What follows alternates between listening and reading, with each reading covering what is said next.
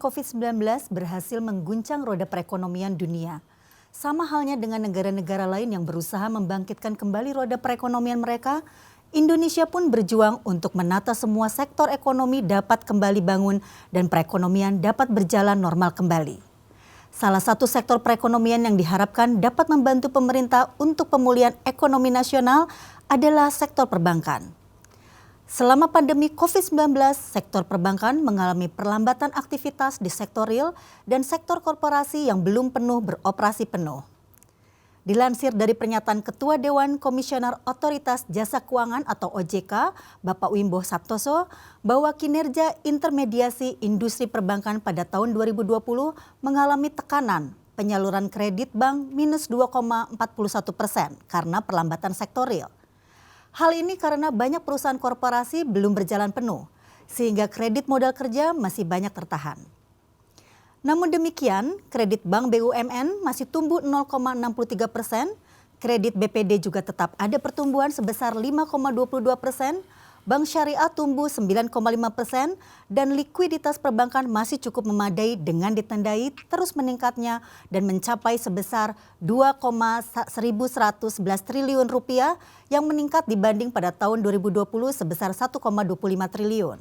Kembali saya Antik Bintari menemani pemirsa di Bersama Pakar masih di Mata Milenial Indonesia TV, Matanya Indonesia.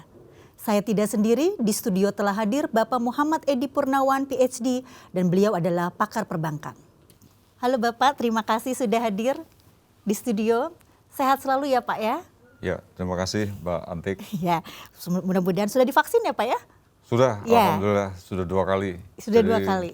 Ya. Meskipun saya tidak termasuk jompo, tapi alhamdulillah sudah dapat giliran hampir jompo ya. Hampir jompo, iya Bapak, terima kasih. Ya Pak, tadi sudah disampaikan beberapa pernyataan berkaitan dengan perbankan ya Pak ya dalam kondisi COVID-19 dan kemudian kita akan mendiskusikannya bagaimana ini untuk pemulihan ekonomi nasional.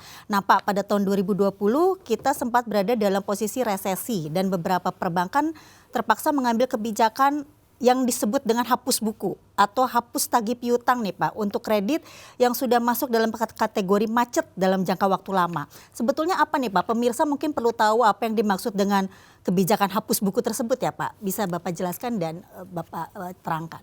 Ya oke. Jadi begini Mbak Antik, ya.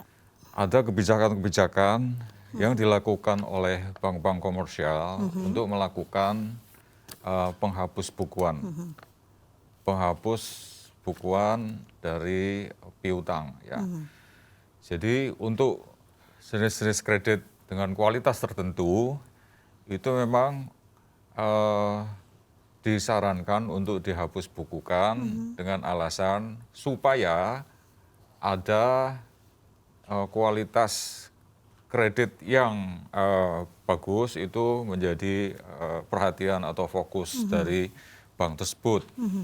Jadi begitu nanti dihapus bukukan, kredit-kredit yang sudah tidak bisa lagi ditagih atau termasuk kredit macet, tidak tertagih lagi, maka dia dipindahkan secara administratif dari on balance sheet menjadi off balance sheet. Jadi dilakukannya hanya secara administrasi. Ditagihnya tetap terus, tetapi bank-bank yang melakukan itu kemudian menjadi lebih sehat. Karena dia sudah menjadi off balance sheet.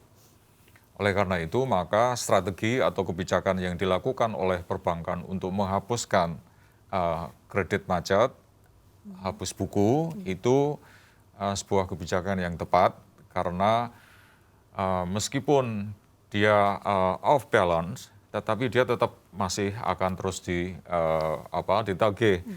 Jadi nanti cicilannya akan masuk ke on balance, kemudian yang off balance sheet-nya kalau misalnya pokoknya bisa tertagih nanti akan masuk ke off balance. Jadi itu demi meningkatkan kualitas kesehatan dari bank tersebut. Saya kira begitu. Pak, berarti tadi Bapak juga sampaikan ada kualitas kredit tertentu Pak yang bisa dilakukan ini. Berarti apa kriterianya Pak bahwa ini bisa dikenakan kebijakan tersebut? Ya, jadi untuk kita kan tahu di era pandemi seperti sekarang ini permintaan masyarakat terhadap barang dan jasa drop ya, meskipun sudah stimulasi oleh pemerintah, oleh Bank Indonesia, oleh OJK, oleh LPS, dan oleh Kemenko Perekonomian yang menjadi payung dari segala macam kebijakan ekonomi.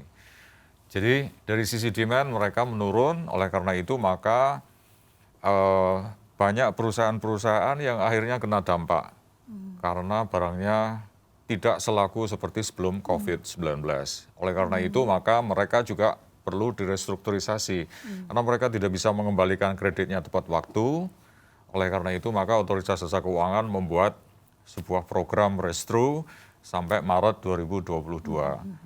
Karena itu maka ada beberapa jenis kualitas kredit yang termasuk lancar, setengah lancar, dan seterusnya sampai ke kredit yang bermasalah dan kredit macet. Nah, yang kredit macet itu yang nanti akhirnya dihapuskan karena perusahaan-perusahaan memang tidak lagi bisa membayar itu ketika ditagih sudah kewalahan mereka karena tidak ada cash flow, akhirnya kemudian mereka dihapus bukukan. Dari neracanya perbankan, dia tetap ada secara administratif, tapi off balance sheet. Di luar neracanya perbankan yang on balance sheet. Jadi tetap nantinya akan ada penagihan ya Pak ya, tetap tapi ada, disesuaikan dengan kondisi perusahaan tersebut begitu? ya, jadi mereka akan pertama kali direstru, mereka kemudian dilihat mana yang perusahaan-perusahaan yang masih bisa membayar dengan jangka waktu yang diperpanjang, atau suku bunganya dikurangi, atau dengan berbagai macam usaha yang lain sambil dilihat. Dan sambil kita menunggu vaksinasi nanti, mudah-mudahan bisa menyembuhkan perekonomian. Jadi kalau ternyata nanti vaksinasi betul-betul bisa menyembuhkan perekonomian, harapannya nanti perusahaan-perusahaan itu kembali lagi menerima demand dari masyarakat yang naik. Kemudian mereka menjadi survive dan kemudian ekspansi. Dan akhirnya ketika bisa ekspansi maka dia bisa mengembalikan kredit.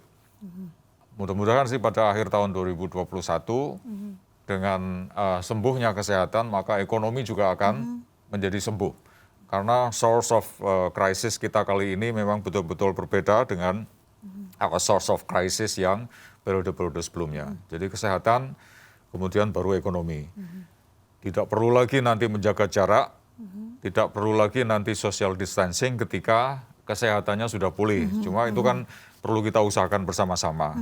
Nah, salah satu game changer-nya adalah vaksinasi. Game changer yang lain ya harus pakai masker, kemudian juga harus menjaga jarak, menjaga dari kerumunan dan seterusnya. Nah, dengan sehatnya masyarakat, maka ekonomi nanti diharapkan akan sehat dan mereka akan bisa mendapatkan pendapatan yang naik dan bisa mengembalikan kreditnya. Harapannya seperti itu. Ya. Ini tuh Pak, berarti kalau yang kebijakan hapus buku ini pernah terjadi juga Pak di tahun 98 yang waktu krisis 97-98 itu, ini terjadi juga ya Pak ya? Ya, jadi pada saat itu memang sedikit berbeda karena pada saat itu kemudian pemerintah membuat BPPN dan akhirnya BPPN itulah yang menyehatkan bank-bank yang bermasalah dan akhirnya bank-bank yang memang harus dilikuidasi, mana yang bisa disembuhkan. Oleh karena itu maka pada saat penghapus bukuan pada waktu itu, maka tugasnya BPPN untuk menjual aset-aset miliknya perbankan pada waktu itu untuk inikan kembali, seperti menagih kembali, menjual aset, kemudian menagih kredit yang tidak bisa dibayar semaksimal mungkin. Kalau yang ini kan kita tidak menutup perbankan sama sekali. Karena diharapkan nanti perbankan bisa survive dengan restrukturisasi kredit, kemudian dengan inovasi-inovasi yang kemudian dilancarkan pada tahun 2021 ini. Tanpa inovasi, tanpa restrukturisasi, tanpa relaksasi agak sulit. Karena ini pandemi, demand-nya tidak hanya berasal dari dalam negeri yang turun, tapi juga demand yang asalnya dari pasar ekspor kita.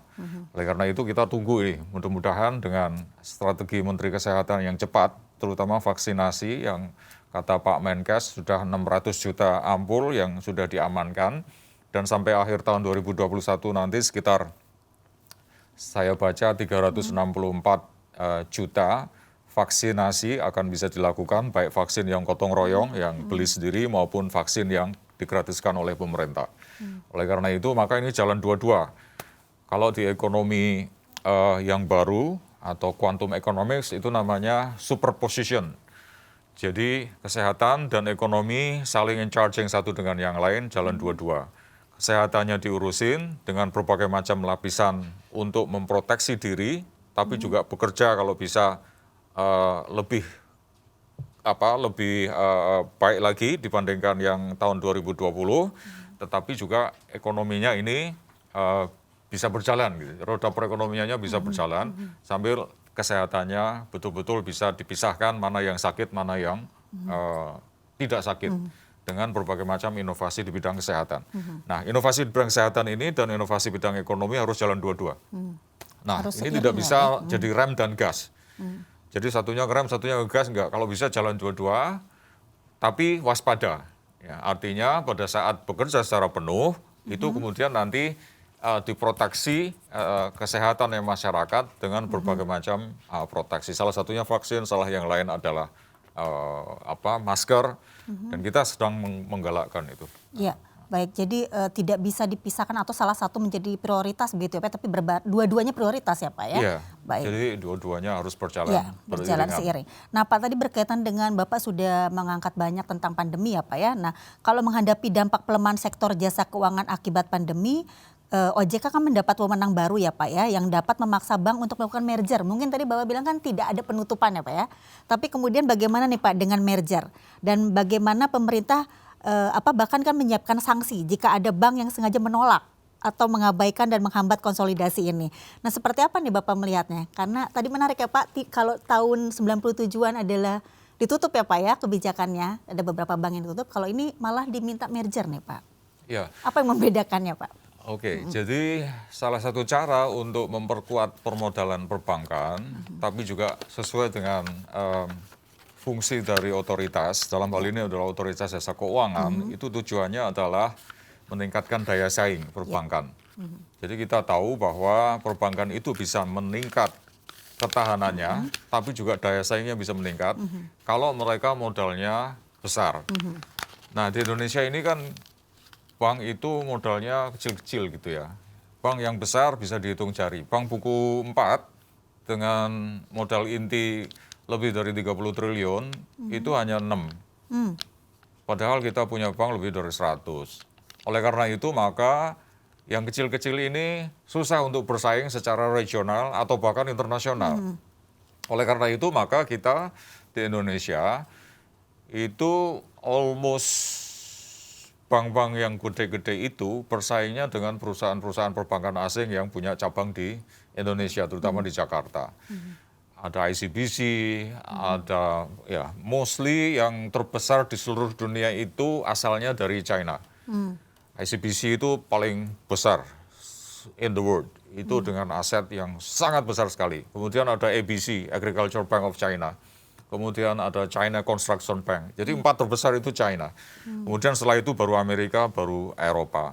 Nah, kalau kita harus bersaing dengan yang gede-gede, itu bagaikan kita menyaksikan pertandingan tinju antara Mike Tyson melawan siapa misalnya, Indonesia, Elias Pikal misalnya. Ya itu satu kali jab langsung tewas nih. Oleh karena itu, maka harus dibesarkan ini. Jadi kelas-kelas perbankannya harus gede-gede, supaya kemudian nanti kalau bersaing dengan bank-bank asing, itu sepadan. Oleh karena itu maka diharapkan nanti sesuai dengan adanya pandemi ini kan ada shock yang luar biasa besar. Oleh karena itu maka kalau bank-bank itu kemudian melakukan konsolidasi, merger and acquisition, harapannya nanti modal intinya semakin besar, kemudian dia naik kelas dari bank buku 1, 100 sampai 1 triliun misalnya, kemudian naik menjadi 5 triliun, menjadi 30 triliun, maka kekuatan ketahanan perbankan dan juga daya saingnya menjadi meningkat. Oleh karena itu maka survivalnya juga lebih kuat. Nah harapannya seperti itu yang disampaikan oleh Joka. Dalam prakteknya memang agak sulit, karena merger and acquisition itu bukan barang yang singkat bisa dilakukan. Jadi karena semua negara sekarang lagi ada masalah, maka kadang-kadang ini jadi penghambat. Pada saat pandemi terjadi hanya di region saja, mungkin masih bisa itu. Tetapi bank yang mau mengakuisisi bank lokal di Indonesia, dan akhirnya nanti misalnya akan bisa memperkuat permodalan, itu nanti menarik diri. Ada beberapa kasus seperti itu.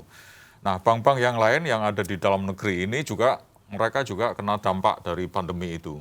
Oleh karena itu memang harapannya kalau mereka bisa bergabung, merger misalnya, memang itu akan sangat baik. Seperti contohnya yang dilakukan oleh Pak Erik kemarin di perbankan syariah kita. Dari BRI Syariah, BNI Syariah, Bank Syariah Mandiri gabung jadi satu menjadi Bank Syariah Indonesia. Itu kan menjadi sangat kuat dan kemudian kelasnya naik. Harapannya kemudian nanti ketahanannya meningkat dan daya saingnya bisa menjadi regional dia. Dia bisa melawan penantang-penantang dari region, dari Asia, Asia Tenggara dan seterusnya. Jadi seperti itu harapan kita. Dan tampaknya kan berdasarkan data juga jumlah bank paling banyak di Asia Tenggara ya Pak, Indonesia Iya, ini benar. ya. Ada sekitar berapa Pak? Tadi 100 ya Pak? Lebih dari 100, Lebih saya dari- kira data yang Itu terakhir.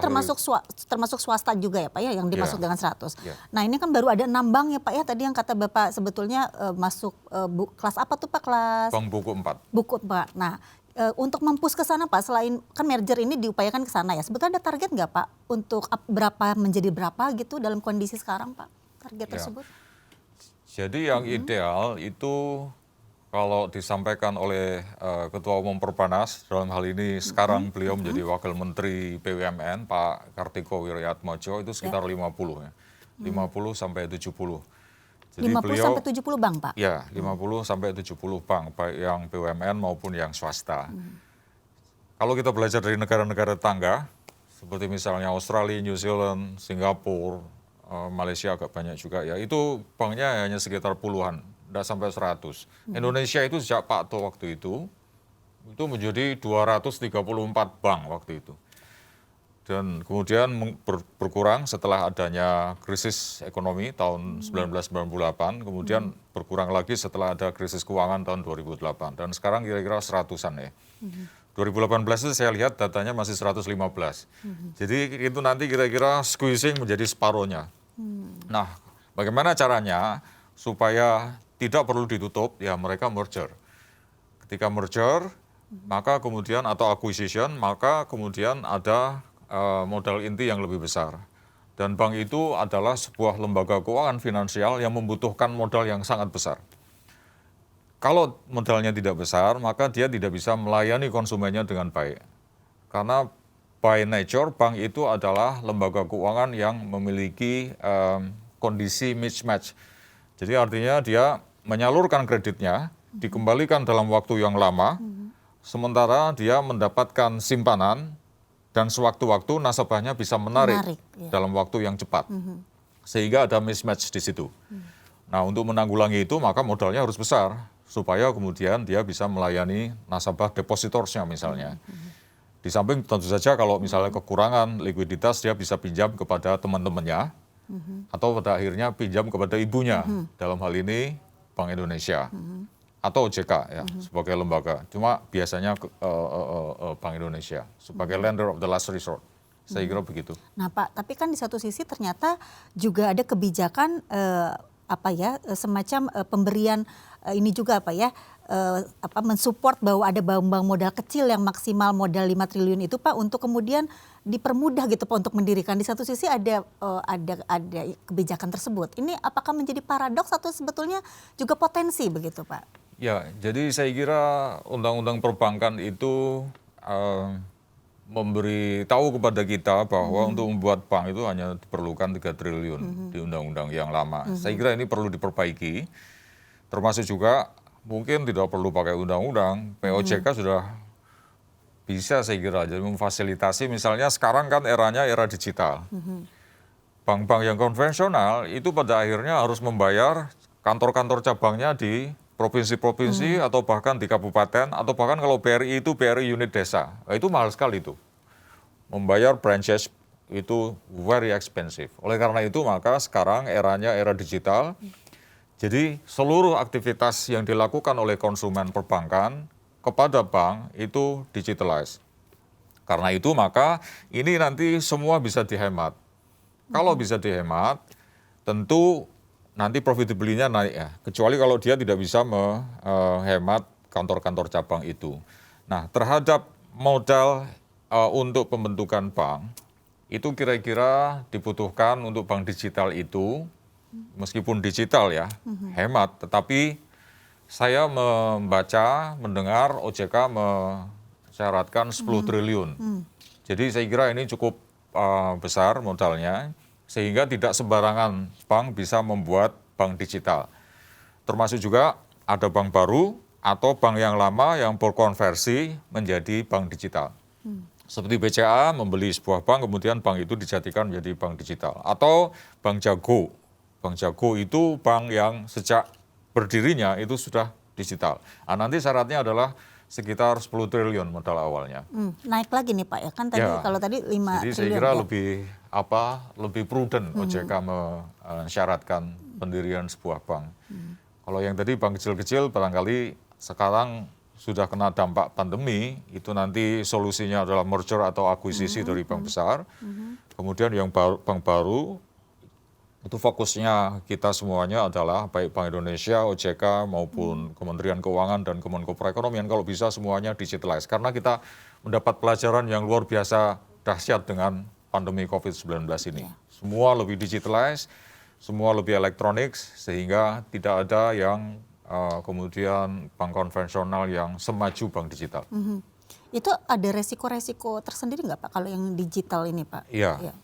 Jadi saya kira resikonya juga harus diperhatikan karena semuanya serba digital, maka resiko digital itu banyak sekali. Nah, di antaranya adalah saya kira cyber security itu penting, sehingga itu harus betul-betul dipenuhi oleh bank digital yang akan eksis, baik yang bank baru maupun yang konversi dari bank konvensional menjadi digital.